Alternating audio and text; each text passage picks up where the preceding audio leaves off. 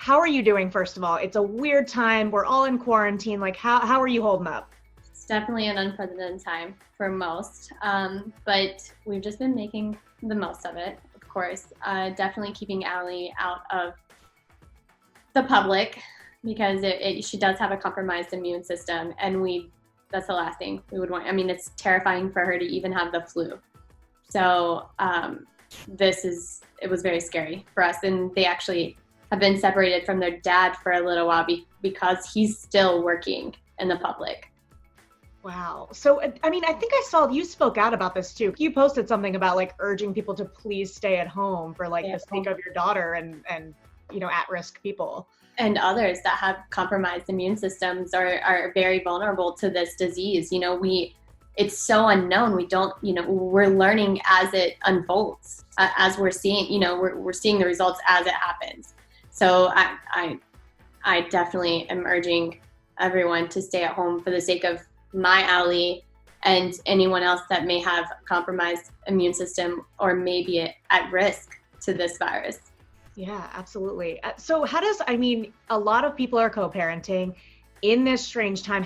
What are you guys doing? So they're not seeing their dad right now. No, he's still working in the public.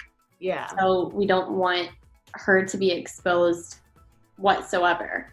So we've just, honestly, whenever it first kind of started unfolding, that's when we started staying home. Way before there were stay-at-home orders in place, we were just kind of like, go home, let's see what is about to transpire here. And it wasn't really, because we took vacations and they've had like a couple weeks away from each of us, like when we went on vacations.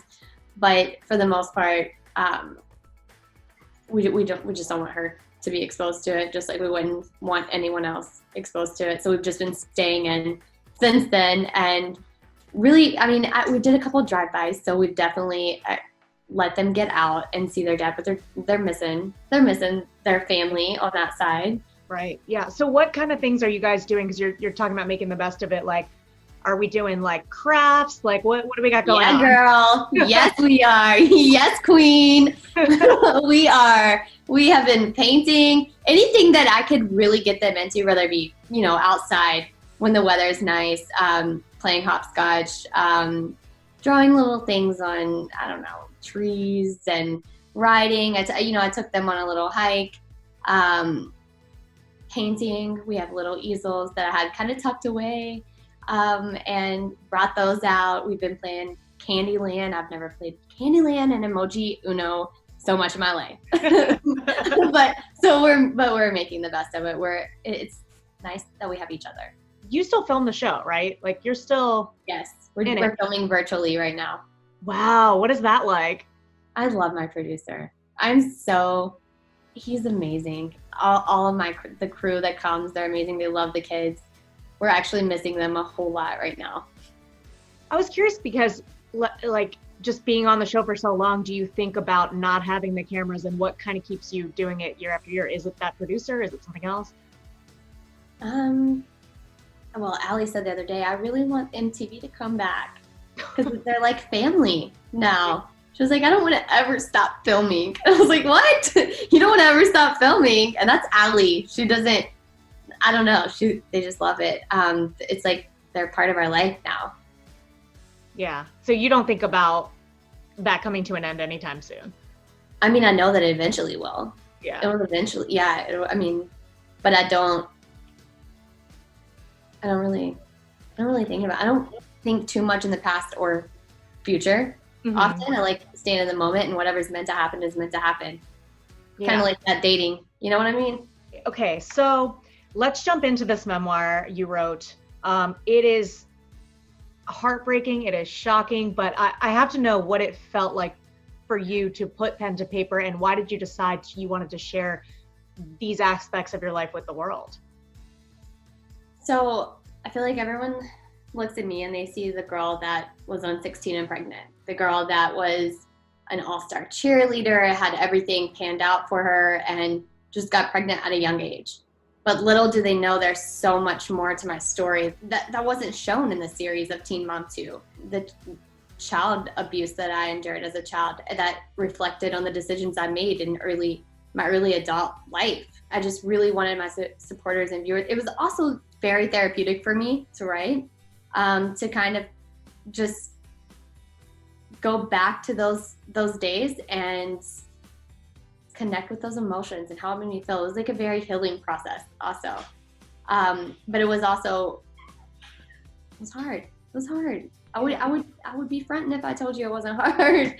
Did it start out like, were you like, I'm going to publish this, or did it kind of start out like, I'm just going to write down everything I'm feeling on paper, and then it kind of turned into this book? Yeah. When I went away to Arizona, that's when I kind of started writing, and really letting everything out on paper that I had gone through, and connecting with the trauma that I endured, and really working through that. And that's why, the purpose. And I know that I don't want anyone else to feel alone. I don't want anyone else to feel ashamed of their story. So I was like, I get to speak up. I get to use my voice. I get to speak my truth. You spent your entire adult life on reality TV with the cameras. Like, we all get to make mistakes in our youth, and nobody has to see it, and nobody ever has to know about it. You make mistakes for the world to see. So, I mean, I don't know how you do. I don't know how you do it sometimes. I know you brought an excerpt for us from Hope, Grace, and Faith to read. I am so proud because, you know, my girls have that role model to look up to. So, yes. Do you want me to just go ahead and read it? Yeah, let's do this. It was my girls that saved my life. They were my strength when I felt too weak to fight. They were the light when all I could see was darkness.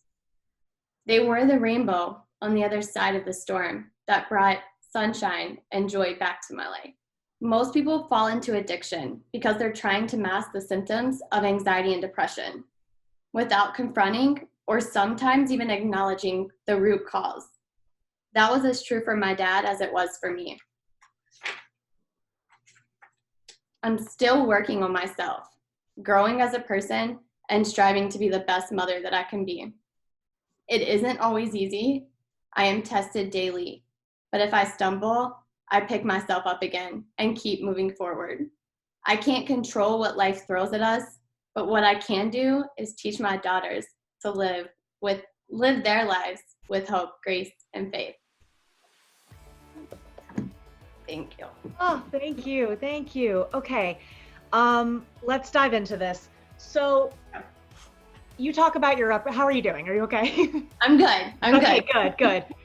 I mean, how does it feel reading that? How does it feel reading it back? And, you know, it's about to come out to the world. There was definitely a lot of fears that came up. But I'm ready. I'm okay with who I am.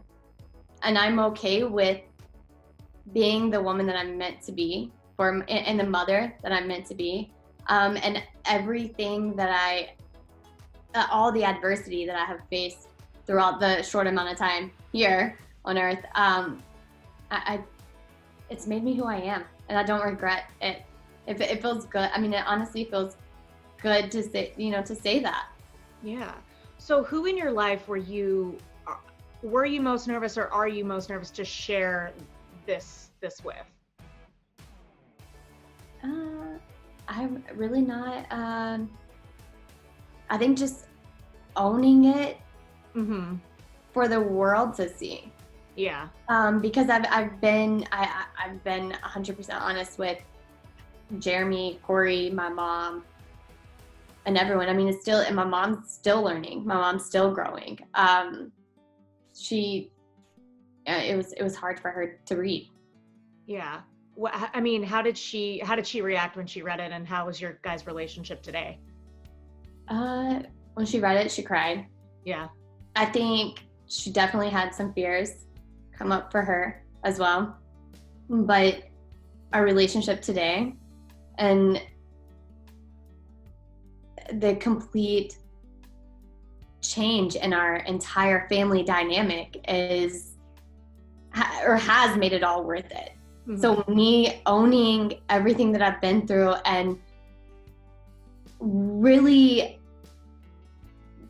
telling my story and being okay with that has allowed them to do the same. So my mom could only do what she was taught, and I had to unlearn everything that I was taught. And now she gets to unlearn everything that she was taught to be a better grandmother, a better mom. And I couldn't be more proud of who she is today. You talk about your upbringing and kind of how it led into your adult life. What did you learn from like reflecting on your upbringing and writing this that you want to, or that you've applied to like your own parenting with your girls? To truly love myself. Yeah. To truly love myself for who I am, no matter what I've been through. Even if my parent, even if I was abandoned as a child, even if I was abused as a child, none of that defines my life now. So I've definitely learned, as far as codependent relationships, being okay with just me and loving myself and being alone, like that's okay. And then being that role model for my girls. I always said if there's one thing I wanted, I wanted to give my kids the life I didn't have. And I'm doing that. Oh, that's great. I will say that you mentioned like you're okay with being alone.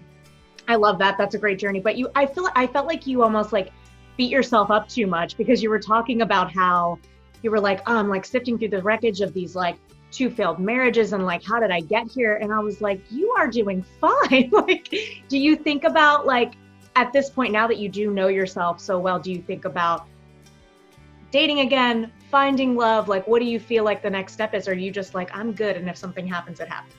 That's exactly where I'm at, girl. I think you're gonna find someone really soon. No, don't say that. That's what happened. I mean, as much as I would love to share the joy and happiness that I feel, like, I would love to share that with someone, but I'm perfectly content with the way life is. It just feels so great. I'm gonna say that all the time. I love my girl gang. I love being a girl mom. I wouldn't have it any other way. I'm open to dating, but I'm not, my focus is 100, like all the way on my kids. I would love to share that. I would love to have a healthy relationship for them to look up to eventually, but it will come. But I feel like this attitude now where you're like, I'm not codependent, that's when you find like the partner and not the person that you rely on. You find like a partner. You're right. Yeah. Yes, I will find the partner. You also reflected a lot about being on reality TV. And like I said, like you've had cameras following you your entire adult life. So if you could go back, I mean, going into reality TV, people are like naive about what it's really like and how they kind of edit down the footage to create a narrative. If you could go back, would you do it all over again? If I could go back, I would. Yes, I would do it all over again, because I have the platform that I do to make a difference in the world. And if anyone knows me, in every single interview I've probably ever done, I've wanted to make a difference. And that's still my passion. If I could save one life from addiction, one life from suicide, like that's where my heart is. And I don't regret that, not at all. What's something you think about back then that you're like, I wish I knew that now? Like if somebody was like 16, 17 years old going into reality TV, what's something you would warn them about or tell them about? I'm not sure anyone at 16 or 17 should go into reality TV. Yeah, probably not. Unless you've grown up around that world. I didn't know. I mean, when I first started receiving feedback from the fans, I was so crushed, because I'm such a loving person. I am, and it was hard for me. Like it definitely took a toll on me. So if I would say to anyone that's going into reality television at such a young age, to know your worth, know what you're capable of, love yourself, and it doesn't matter, like no judgment. I never take, it's just knowing your worth, knowing that it doesn't matter what anyone says about you at the end of the day, you know how you feel about yourself, you know? Yeah. Yeah, I don't think anyone like at 16 or 17 can take a negative comment and just like let it roll off like somebody No, sure could. no, yeah. Yeah, I went to a movie theater and was jumped out of movie theater. It's in my book because I was on a reality television show. And I'm such a kind person that I was like, what did I do so wrong? At 17, 18 years old. I can't imagine seeing someone on a reality television show and even like saying anything to them if I saw them. Like I would just, let alone jump them at a movie theater. I want to get into some of the more concerning stuff you wrote. I mean, you opened up about this night where you contemplated suicide, almost driving off a cliff. I mean, that was like hard to even read, let alone write. I mean, why did you decide to share that story particularly? If I can save one person from taking their life and allow them to see that their life is truly worth living, then my story in my book was worth it. Mm-hmm. Me writing that story was worth it. And if I was going to own my story and my truth, then I was going to let it all out there. You know, there's nothing in my book or in my life that had happened that I left out of my book. Because it would, I wanted to be vulnerable. I wanted to own that. And so it, like, if you look at the statistics now, there's so many that are suffering from that, or they feel alone. And that's my only hope, is that others don't feel alone. They don't feel like their life is worth taking, because all of our lives is worth living. And that's why I really got that deep in my book. Yeah. Well, I mean, I think about now where everyone is like, some people are isolated by themselves. Like mental health is a real big concern. So do you have like a mantra or message that you kind of tell yourself in this time, or is there, how are you making sure that you are coping mentally during this time as well? Support. Reach out for support. If you need someone to talk to, don't ever be afraid to reach out. Don't ever be scared or ashamed of your story. That's why I say own your story, own your journey. It's okay. We all have these feelings or emotions that come up. It's when we bottle them in that they affect us negatively. Mm-hmm. Yeah.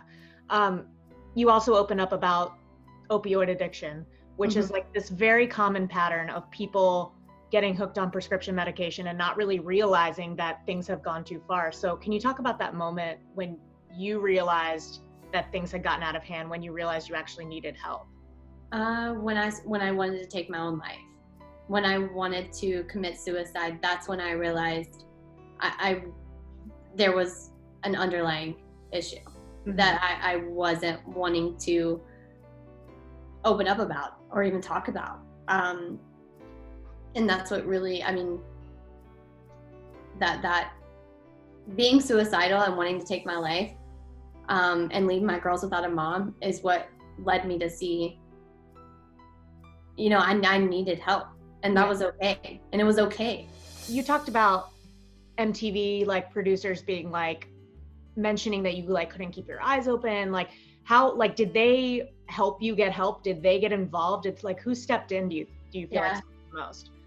My management and MTV stepped in and let me know. I honestly, I look back at that footage and I draw blanks. I draw blanks to that period of my life, because it doesn't seem like that was like, it doesn't even, I look at it and I'm like, was that really me? Mm-hmm. Was I really nodding off? Like, was I really under that much medication? It didn't even dawn on me until I was finally like, I don't even want to live anymore. I'm like, my life's not worth living. And I still didn't see it. I thought I could do it all on my own.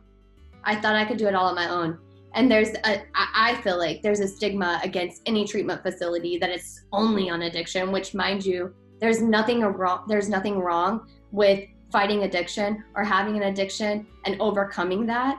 It's just reaching out for support. But there's a stigma on treatment facilities, and there's multiple tracks that you can be a part of, whether that's trauma, addiction, whatever it may be. Like, there was some people that I was in the treatment facility with that just needed 2 weeks to themselves. Like, they were having a really hard time. And that's okay. There's nothing wrong with reaching out for that support. Thank God I had people that held me high in that time in my life, because I wasn't holding myself high. Yeah. I didn't see my own self-worth. You also open up about this miscarriage abortion story, which has gained a lot of traction on the internets. Everything happened so quickly. It seemed like you had to make this decision like essentially overnight. So literally overnight. Yeah. Like, how do you feel about that decision now that you've had time to reflect, now that you've written about it? Like, how do you feel? Clearly I would have made I don't know. I don't regret any decision that I made, because it has made me the person that I am today. Had I been who I am today, maybe I wouldn't have made that decision. But I also don't choose to dwell in that period of my life where I didn't own my story, where I didn't own my truth, where I felt unworthy of love, where it was hard. And honestly, the only thing that I regret from that period of my life is just not owning it then, not being honest then. Yeah. Because like, I think you have a lot of fans that may have felt like they were lied to as well. Yeah. Yeah, I definitely feel like I have a lot of fans that felt disappointed, or, felt like they were lied to. And that's the last thing I would want anyone to feel that supports me and my journey. And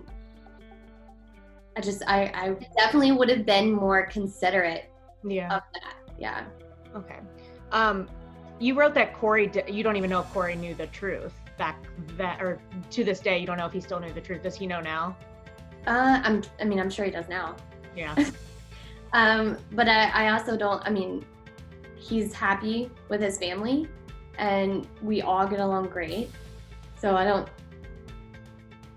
and nothing would have changed. If we were meant to be, we would be together. If Jeremy and I were meant to be, we would be together.